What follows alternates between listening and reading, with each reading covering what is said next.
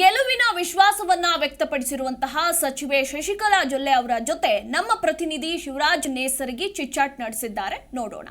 ಸಾರ್ವತ್ರಿಕ ಚುನಾವಣೆ ಇನ್ನೇನು ಕೇವಲ 6 ದಿನ ಇರುವಾಗಲೇ ಶಶಿಕಲಾ ಜೊಲ್ಲೆ ಅವರು ಅಬ್ಬರದಿಂದ ಪ್ರಚಾರ ನಡೆಸ್ತಾ ಇದ್ದಾರೆ. ಸದ್ಯ ಈಗ ಚುನಾವಣೆಗೆ ಯಾವ ರಣತಂತ್ರವನ್ನು ರೂಪಿಸ್ತಿದ್ದಾರೆ ಅಂತ ಅವ್ರನ್ನ ಕೇಳೋಣ. ಮೇಡಮ್, ಕೇಂದ್ರ ಸಚಿವರು ಬರ್ತಾ ಇದ್ದಾರೆ, ಯಾವ ರೀತಿ ನೀವು ತಯಾರು ಮಾಡ್ಕೊಂಡಿದ್ದೀರಿ? ಮತದಾರರಂತಲ್ಲಿ ಯಾವ ರೀತಿ ಈ ವಿಷಯವನ್ನು ಇಟ್ಕೊಂಡು ಹೋಗ್ತಾ ಇದ್ರಿ ಅಂತ? ಕೇಂದ್ರ ಸಚಿವರು ಇವತ್ತು ನಿತಿನ್ ಗಡ್ಕರಿಜಿ ಅವರು, ಕೇಂದ್ರದ ಒಬ್ಬ ಮಹತ್ವದ ಡಿಪಾರ್ಟ್ಮೆಂಟ್ ಇರ್ತಕ್ಕಂಥ ನಿತಿನ್ ಗಡ್ಕರಿಜಿ ಅವರು ಇವತ್ತು ಇಲ್ಲಿ ಬೋರ್ಗಾಂವ್ ಪಟ್ಟಣಕ್ಕೆ ಬರ್ತಾ ಇದ್ದಾರೆ.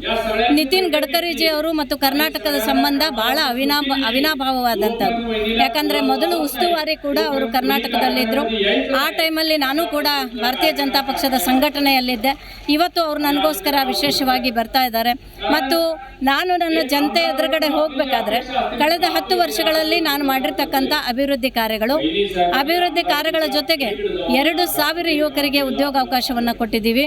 ನನ್ನ ಮಹಿಳೆಯರಿಗೆ ಸ್ವಸಹಾಯ ಸಂಘದ ವತಿಯಿಂದ ಅವರಿಗೆ ಉದ್ಯೋಗಾವಕಾಶವನ್ನು ಕೊಟ್ಟಿದ್ದೀವಿ. ರೈತರಿಗೋಸ್ಕರ ಲಿಫ್ಟ್ ಇರಿಗೇಷನ್ ಮುಖಾಂತರ ಅವರ ಹೊಲಗದ್ದೆಗಳಿಗೆ ನೀರಿನ ವ್ಯವಸ್ಥೆ ಮಾಡಿದ್ದೀವಿ.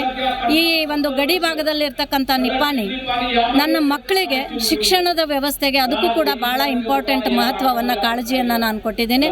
ಹಾಗಾಗಿ ಉದ್ಯೋಗಾವಕಾಶ, ಹೆಣ್ಣು ಮಕ್ಕಳಿಗೆ ಉದ್ಯೋಗಾವಕಾಶ, ಅದೇ ರೀತಿ ಅಭಿವೃದ್ಧಿ ಕಾರ್ಯಗಳು ಮತ್ತು ವಿಶೇಷವಾಗಿ ನಮ್ಮ ದೇಶದ ಇತಿಹಾಸವನ್ನು ಪರಿಚಯ ಮಾಡತಕ್ಕಂಥ ನಮ್ಮ ಯುವಕರಿಗೆ ಆ ಒಂದು ದೇಶದ ಇತಿಹಾಸ ಮತ್ತು ನಮ್ಮ ದೇಶಿ ಕ್ರೀಡೆಗಳು ಅದನ್ನು ಕೂಡ ಅವರಿಗೆ ಇಂಟ್ರೆಸ್ಟ್ ಬರುವಂಥ ರೀತಿಯಲ್ಲಿ, ನನ್ನ ಮಕ್ಕಳು ಕೂಡ ನ್ಯಾಷನಲ್ ಪ್ಲೇಯರ್ ಆಗುವಂಥ ರೀತಿಯಲ್ಲಿ ಬಹಳಷ್ಟು ಕಾರ್ಯಗಳನ್ನು ನಾವಿಲ್ಲಿ ಮಾಡಿದ್ದೀವಿ.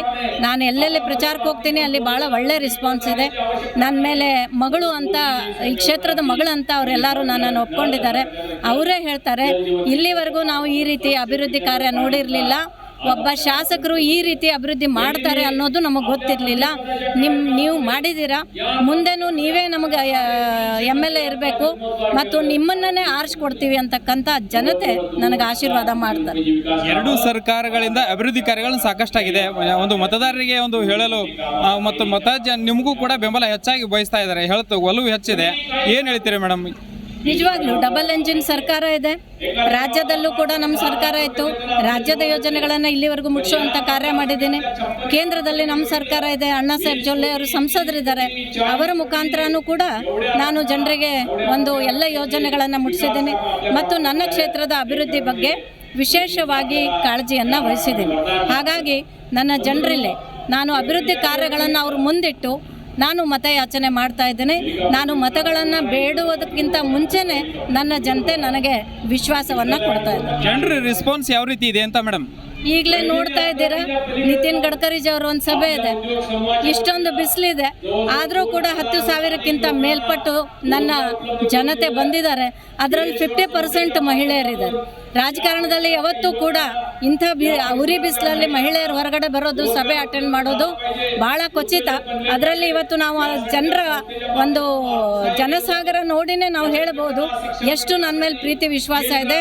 ಮತ್ತು ಇವತ್ತು ನಿತಿನ್ ಗಡ್ಕರಿಜಿ ಅವರಿಗೆ ಅವರ ಒಂದು ಭಾಷಣ ಕೇಳೋದಕ್ಕೆ ಇಷ್ಟು ಜನ ಬಂದಿದ್ದಾರೆ ಅನ್ನೋದನ್ನು ಜನರ ರೆಸ್ಪಾನ್ಸ್ ನಾವು ಈ ಸಭೆಯಲ್ಲೇನೆ ನೋಡ್ತಾ ಇದ್ದೀವಿ. ಓರ್ವ ಮಹಿಳೆಯಾಗಿ 2 ಸಲ ಆಯ್ಕೆಯಾಗಿದ್ದೀರಿ, 3ನೇ ಸಲ ಹ್ಯಾಟ್ರಿಕ್ ಸಾಧನೆ ಅಂತ ದಾಪುಗಾಲು ಇಡ್ತಾ ಇದ್ದೀರಿ.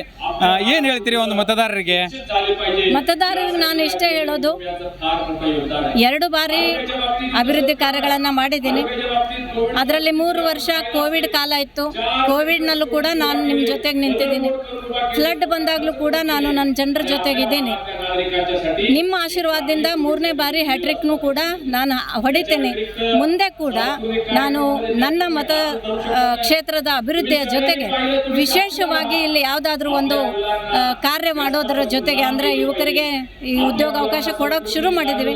ಇನ್ನೂ ಕೂಡ ಮುಂದಿನ ದಿನಗಳಲ್ಲಿ ಹೊಸ ಕಾರ್ಯಗಳನ್ನು ಮಾಡಿ ಅವರಿಗೆ ನಾನು ಸೇವೆ ಸಲ್ಲಿಸ್ತೀನಿ. ಇದಿಷ್ಟು ಶಶಿಕಲಾ ಜೊಲ್ಲೆ ಅವರ ಮಾತು. ನಾನು Shivraj Nesaragi, Zee Kannada news, Chikkodi.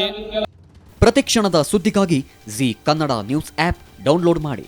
Live TV, latest updates, entertainment, lifestyle, technology ಸುದ್ದಿ ನಿಮ್ಮ ಅಂಗೈಯಲ್ಲಿ.